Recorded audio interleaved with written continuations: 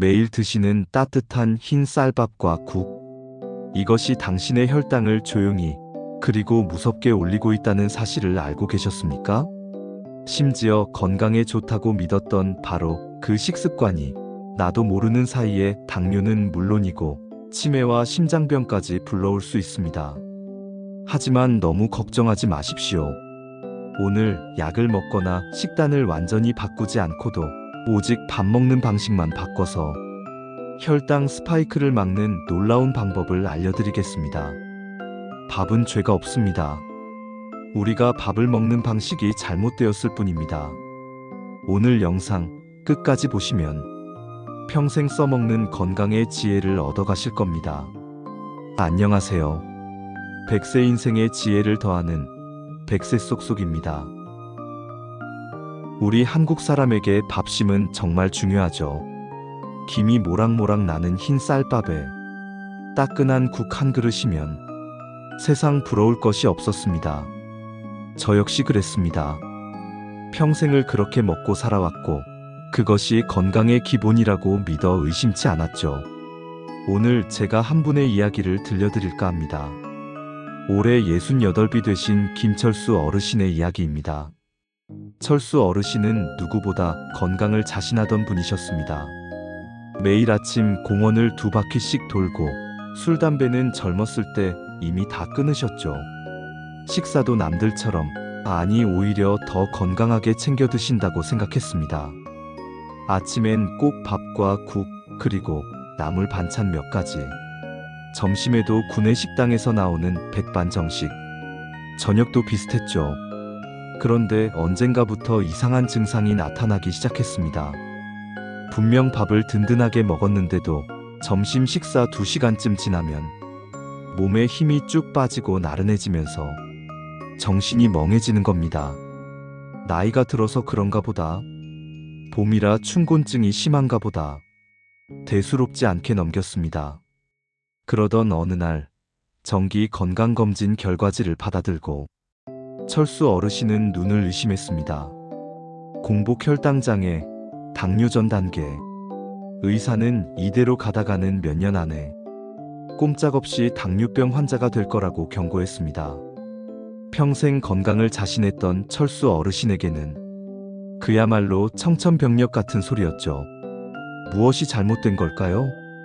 운동도 열심히 하고 기름진 음식도 피했는데 도대체 왜 혈당에 빨간불이 켜진 걸까요? 전문가들은 바로 철수 어르신의 식사 방식에 문제가 있었다고 지적합니다. 정확히는 매일 먹는 밥과 국을 아무 생각 없이 먹어왔다는 점입니다. 우리나라 질병관리청이 발표한 2021년 국민건강영양조사 결과를 보면 정말 놀라운 사실을 알 수 있습니다. 우리나라 30세 이상 성인 6명 중 1명이 당뇨병 환자이고 65세 이상으로 넘어가면 그 비율은 무려 10명 중 3명으로 치솟습니다. 가히 당뇨대란이라고 부를 만한 수준이죠.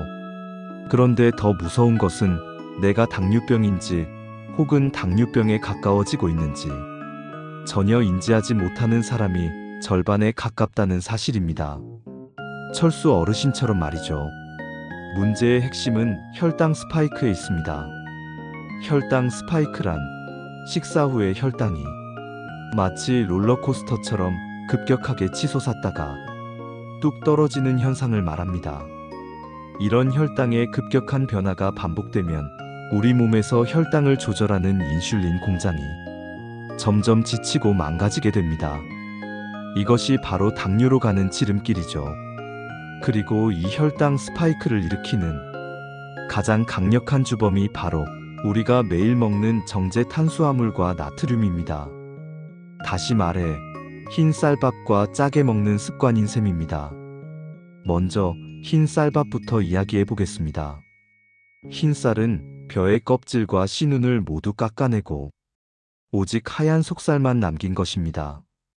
이 과정에서 몸에 좋은 식이섬유와 비타민, 미네랄은 대부분 사라지고 순수한 녹말, 즉 당질만 남게 되죠. 이렇게 정제된 탄수화물은 우리 몸에 들어오자마자 아주 빠른 속도로 포도당으로 분해되어 흡수됩니다. 마치 설탕물을 마시는 것과 비슷한 효과를 내는 겁니다. 혈당이 폭포수처럼 치솟을 수밖에 없는 환경이죠. 실제로 호주 시드니 대학교에서 발표한 연구에 따르면 흰 쌀밥의 혈당 지수는 70에서 90에 달합니다. 이는 설탕과 비슷한 수준이며 혈당을 천천히 올리는 현미밥이나 고구마에 비해 월등히 높은 수치입니다. 여기에 또 다른 복병이 숨어 있습니다. 바로 국과 찌개 문화, 즉 나트륨입니다. 2022년 세계보건기구가 권장하는 하루 나트륨 섭취량은 2000mg입니다. 하지만 우리나라 국민의 평균 나트륨 섭취량은 무려 3000mg을 훌쩍 넘어섭니다. 권장량의 1.5배 이상을 매일 먹고 있는 셈이죠. 국물 한 그릇에는 우리가 생각하는 것보다 훨씬 많은 소금이 들어 있습니다. 뜨끈한 국물에 밥을 말아서 후루룩 먹는 순간 우리는 혈당을 올리는 흰 쌀밥과 함께 엄청난 양의 나트륨을 동시에 섭취하게 됩니다. 그런데 이 나트륨이 왜 혈당에 안 좋을까요? 짠 음식은 그 자체로 식욕을 자극합니다. 짭짤한 반찬이나 국을 먹으면 신기하게도 밥이 더 많이 들어갑니다. 결국 더 많은 탄수화물을 섭취하게 만들어 혈당 스파이크를 더욱 부추기는 악순환이 시작되는 것이죠. 또한 과도한 나트륨 섭취는 혈압을 높이고 혈관 건강을 해칩니다. 혈관이 건강하지 못하면 인슐린이 몸 구석구석으로 전달되는 효율이 떨어져 혈당 조절 능력이 더욱 나빠지게 됩니다. 철수 어르신의 식단이 바로 그 전형적인 예였습니다. 따끈한 된장찌개 국물에 밥을 푹푹 말아서 김치와 젓갈을 곁들여 한 그릇 뚝딱. 든든하고 맛있었지만 그 식사는 어르신의 췌장을 혹사시키고 혈관을 병들게 하는 혈당 폭탄이었던 셈입니다. 그렇다면 어떻게 해야 할까요?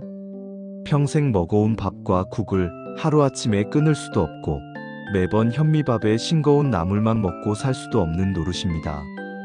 재미없는 식사는 삶의 즐거움을 앗아가니까요. 여기서 바로 오늘 제가 말씀드릴 삶의 지혜가 등장합니다. 정답은 무엇을 먹느냐가 아니라 어떻게 먹느냐에 있었습니다. 더 정확히는 먹는 순서에 그 비밀이 숨어 있었죠. 일본의 저명한 당뇨병 전문의인 가지야마 시즈오 박사는 수만 명의 환자를 치료하며 놀라운 사실을 발견했습니다. 같은 양의 음식을 먹더라도 먹는 순서만 바꾸면 식후 혈당 상승을 최대 50%까지 억제할 수 있다는 것이었습니다. 이것이 바로 거꾸로 식사법 혹은 식이섬유 먼저 식사법이라고 불리는 방법입니다. 원리는 아주 간단합니다. 우리 몸에 들어온 음식물은 위에서 소장으로 이동하며 소화되고 흡수됩니다. 이때 혈당을 급격히 올리는 탄수화물보다 혈당 상승을 막아주는 방패를 먼저 위와 장에 보내주는 것입니다. 그 방패의 정체가 바로 식이섬유입니다. 식이섬유는 채소, 해조류, 버섯 등에 풍부하게 들어있는 성분입니다.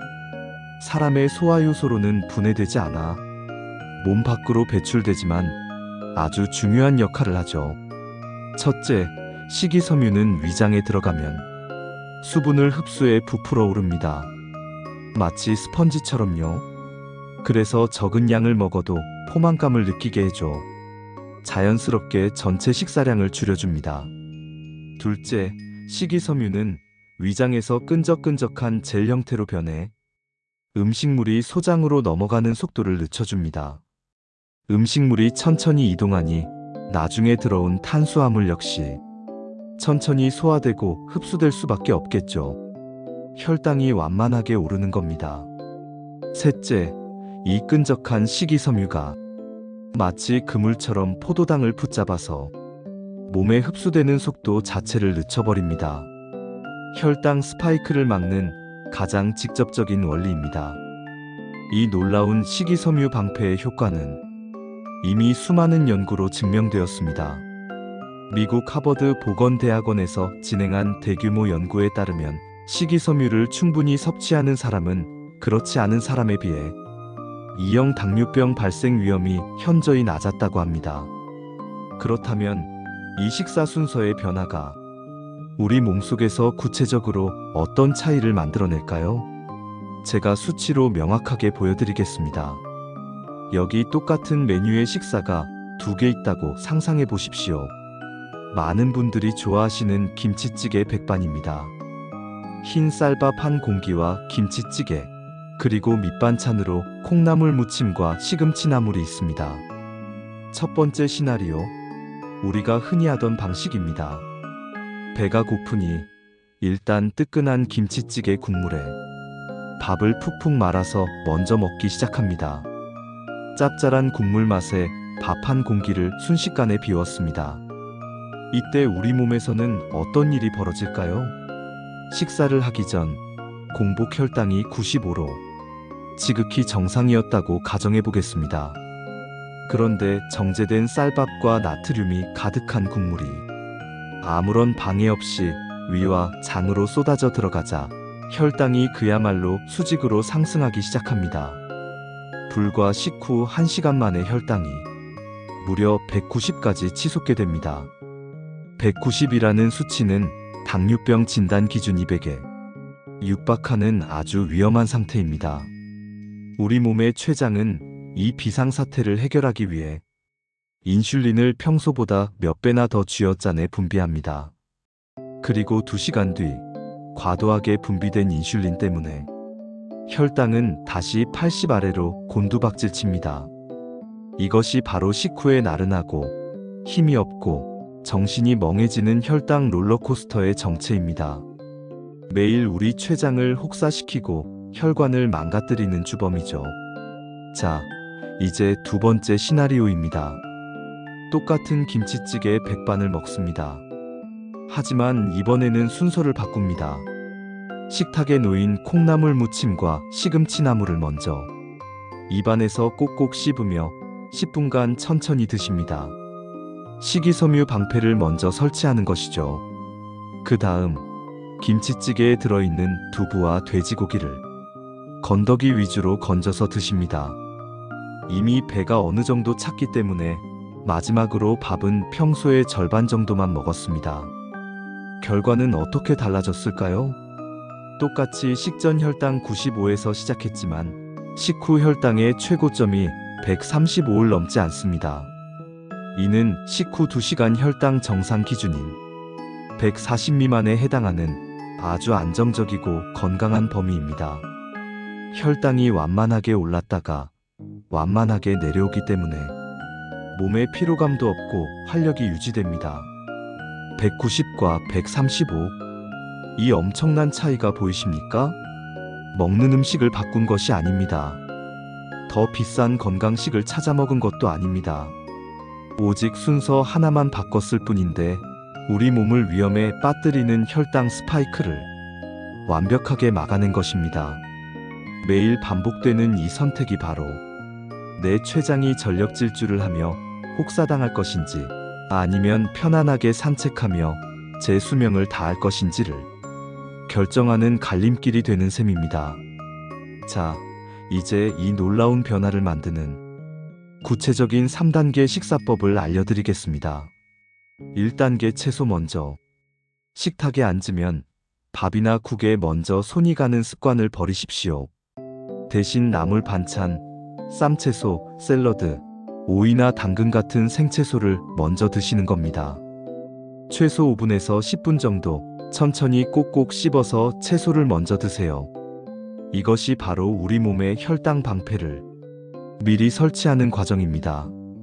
이제 곧 밥이 들어갈 테니 준비 단단히 해라 하고 신호를 보내주는 것과 같습니다.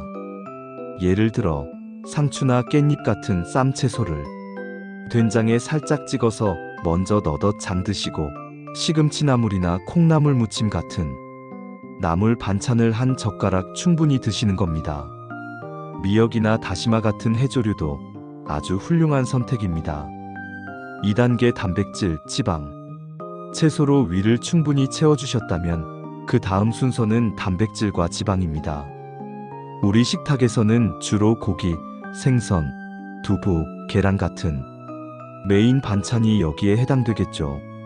단백질과 지방 역시 위에서 머무는 시간이 길어서 소화를 늦추고 포만감을 오래 유지시켜줍니다. 식이섬유와 함께 혈당 상승을 막는 든든한 2차 방어선 역할을 해주는 셈이죠. 갈치구이 한 토막 혹은 불고기 몇 점, 두부조림이나 계란찜을 천천히 음미하며 드십시오. 이미 채소를 먹어서 어느 정도 배가 부르기 때문에 예전처럼 많은 양의 반찬을 허겁지겁 먹지 않게 될 겁니다. 3단계 탄수화물. 이제 드디어 주인공인 밥을 먹을 차례입니다. 식이섬유와 단백질로 든든하게 방어막을 쳐놨기 때문에 지금 먹는 밥은 예전처럼 혈당을 급격하게 올리지 못합니다. 아주 완만하고 부드럽게 흡수될 겁니다. 그리고 가장 중요한 변화가 여기서 일어납니다. 이미 채소와 반찬으로 배가 상당히 불렀기 때문에 예전처럼 밥 한 공기를 다 먹기가 힘들어집니다. 자연스럽게 밥 먹는 양이 절반이나 3분의 2로 줄어들게 되는 것이죠. 억지로 참는 것이 아니라 배가 불러서 저절로 조절이 되는 겁니다. 이것이 이 식사법의 가장 큰 묘미입니다. 국이나 찌개는 어떡하냐고요? 마찬가지로 맨 마지막에 드시는 것이 좋습니다. 가급적 국물보다는 건더기 위주로 드시고 국물은 한두 숟가락 맛만 보는 정도로 끝내시는 게 나트륨 섭취를 줄이는 최고의 방법입니다. 혹은 식사 시작 전에 따뜻한 물이나 보리차를 한 잔 마셔서 국물에 대한 갈증을 미리 해소하는 것도 아주 좋은 삶의 지혜입니다. 이야기의 주인공이었던 철수 어르신은 의사의 경고를 듣고 이 식사법을 꾸준히 실천했습니다. 처음엔 어색했지만 딱 2주만 참고 해보자고 다짐했죠. 놀라운 변화는 생각보다 빨리 찾아왔습니다. 식사 순서만 바꿨을 뿐인데 점심 식사 후에 찾아오던 극심한 피로감과 나른함이 거짓말처럼 사라졌습니다. 오히려 몸이 가볍고 활력이 넘치는 것을 느꼈죠. 그리고 석 달 뒤 병원을 다시 찾은 철수 어르신은 의사로부터 아주 기분 좋은 소식을 들을 수 있었습니다. 공복 혈당과 식후 혈당 수치가 모두 정상 범위로 안정되었다는 겁니다. 의사는 특별한 약이라도 먹었냐고 물었지만 어르신의 비법은 그저 식사 순서를 바꾼 것뿐이었습니다. 지금까지의 이야기가 어떻게 들리시나요? 어쩌면 에이, 겨우 순서 하나 바꾼다고 뭐가 달라지겠어 하고 생각하시는 분도 계실지 모르겠습니다. 하지만 우리 몸은 우리가 생각하는 것보다 훨씬 정직합니다. 작은 습관의 변화가 쌓여 건강이라는 큰 결과를 만들어내는 법이죠. 오늘 저녁 식사부터 딱 한 번만이라도 제가 말씀드린 순서대로 식사를 해보시면 어떨까요? 분명 몸이 보내는 다른 신호를 느끼실 수 있을 겁니다. 혹시 우리 구독자님들 중에서도 이런 식사법을 통해 효과를 보셨거나 혹은 나만의 혈당 관리 비법이 있으신 분이 계시다면 아래 댓글을 통해 그 지혜를 함께 나눠주시면 좋겠습니다. 나의 작은 경험담 하나가 누군가에게는 평생의 건강을 선물하는 귀한 정보가 될 수 있으니까요. 서로가 서로에게 좋은 의사가 되어주는 저희 백세 쏙쏙 채널이 되었으면 하는 바람입니다. 정리해보겠습니다. 우리의 혈당을 지키고 건강한 노년을 보내기 위한 식사법의 핵심은 3가지입니다. 첫째, 식사 시작 후 10분은 채소의 시간으로 삼는다. 나물, 쌈, 샐러드를 먼저 충분히 먹어 우리 몸에 식이섬유 방패를 만들어준다. 둘째, 그 다음으로 단백질과 지방 반찬을 먹는다. 고기, 생선, 두부 등으로 포만감을 높이고 2차 방어선을 구축한다. 셋째, 밥과 국은 가장 마지막에 먹을 수 있는 만큼만 먹는다. 특히 국물은 맛만 보고 건더기 위주로 섭취하여 나트륨 섭취를 최소화한다. 이 세 가지만 기억하시면 됩니다. 외식할 때도 마찬가지입니다. 식당에서 음식이 나오면 함께 나온 샐러드나 나물 반찬부터 공략하십시오. 그것만으로도 그날의 혈당은 크게 달라질 겁니다. 물론 이 방법이 모든 것을 해결해주는 만병통치약은 아닐 겁니다. 꾸준한 운동과 긍정적인 마음가짐이 함께 따라와야 하는 것은 당연한 이치입니다. 하지만 우리가 매일 3번씩 마주하는 이 식사라는 습관을 바꾸는 것은 어떤 보약보다도 강력한 힘을 발휘할 수 있습니다. 작은 물방울이 계속해서 떨어져 바위를 뚫듯이 사소해 보이는 습관의 변화가 결국에는 우리의 건강 수명을 늘리고 삶의 질을 바꾸고 나아가 우리의 운명까지도 바꿀 수 있다고 저는 믿습니다. 밥은 죄가 없습니다. 우리가 밥을 어떻게 대접하고 어떤 순서로 맞이하느냐에 따라 밥은 우리에게 건강의 선물이 될 수도 질병의 원인이 될 수도 있는 것입니다. 오늘 이야기가 우리 구독자님들의 100세 인생을 향한 여정에 조금이나마 보탬이 되고 등불이 되었기를 바랍니다. 혹시 오늘 내용이 유익하셨다면 주변의 소중한 부모님이나 친구분들께도 이 영상을 공유해 주셔서 좋은 지혜를 함께 나눠주십시오. 그리고 저희 100세 쏙쏙 채널의 구독과 좋아요를 눌러주시면 저희가 앞으로도 더욱 유익하고 지혜로운 이야기를 만드는데 정말 큰 힘이 됩니다. 그럼 저희는 다음 시간에 더욱 알찬 이야기로 다시 찾아뵙겠습니다. 긴 시간 시청해주셔서 진심으로 감사합니다. 100세 인생의 지혜, 100세 쏙쏙이었습니다.